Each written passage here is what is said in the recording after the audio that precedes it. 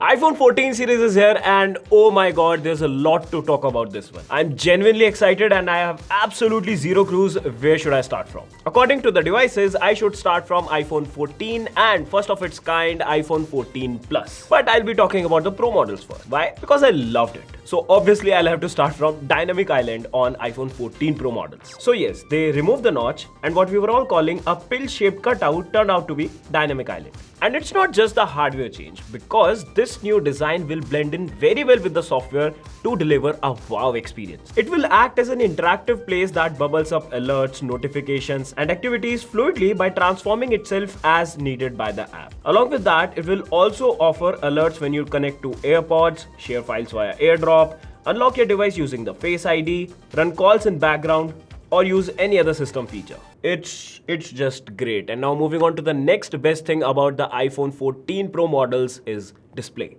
iPhone 14 Pro features a 6.1-inch display and the Pro Max features a 6.7-inch display. And both model comes with ceramic shield protected new Super Retina XDR display with ProMotion and always on display.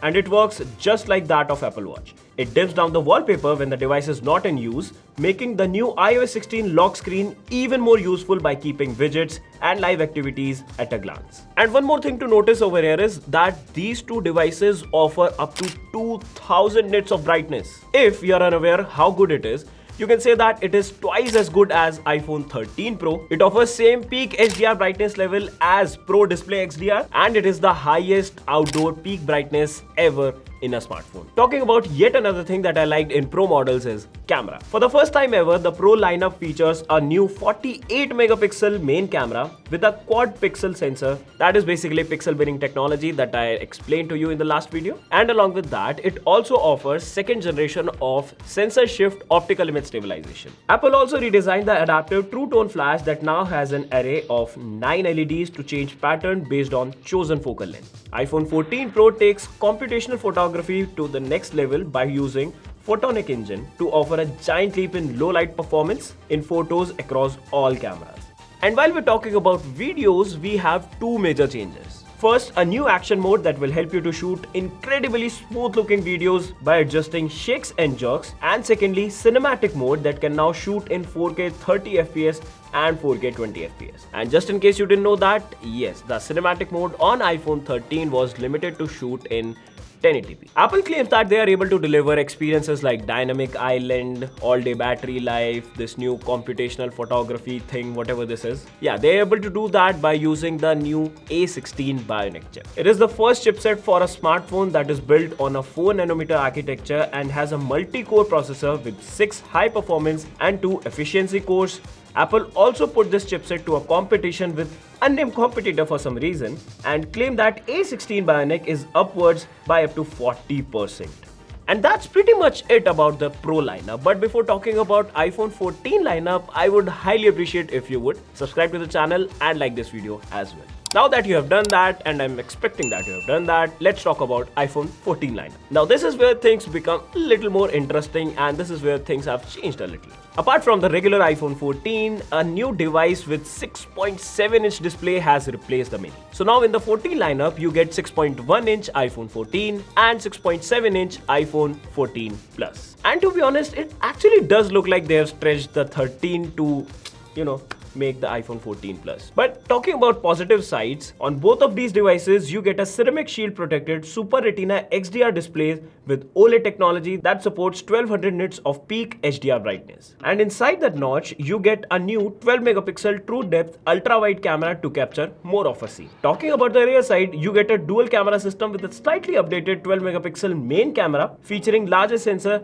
and larger pixel. And remember the Photonic Engine on the Pro models? Yes, you do get that on iPhone 14 models as well, so that you can take better photos even in low light. Thank God Apple was kind enough to offer Photonic Engine even in front camera of iPhone 14 lineup. And apart from that, you also get camera features like action mode, cinematic mode at 4K 30 FPS and 4K 24 FPS and that new flash thing.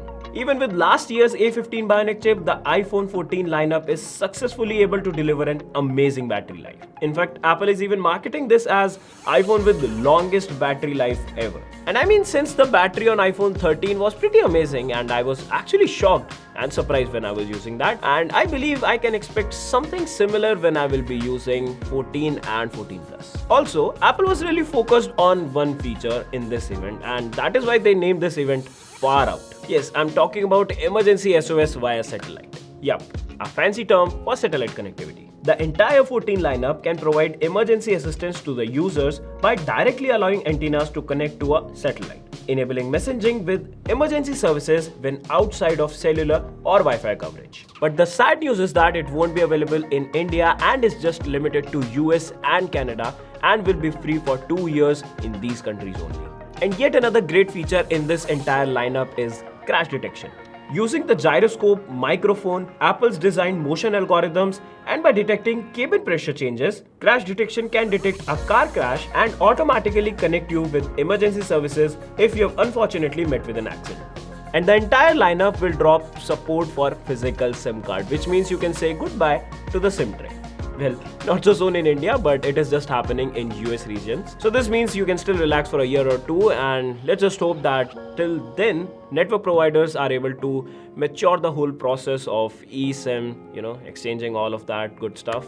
Yeah, let's just hope for that. Lastly, talking about the pricing, iPhone 14 will price at $79,900. The iPhone 14 Plus will start at $89,900. The iPhone 14 Pro models will cost around $1,29,900. And lastly, the iPhone 14 Pro Max will cost you around $1,39,900. So do let me know what are your thoughts about this new lineup. Personally, I think that this dynamic island thing is way too interesting, and I will definitely be trying this out very soon. So make sure you stay tuned with the channel, and if you like this video, then make sure you give us a huge thumbs up and subscribe to the channel as well, and make sure you download the iGeeks blog app from the App Store. This is me here signing off, and I'll see you in the next one.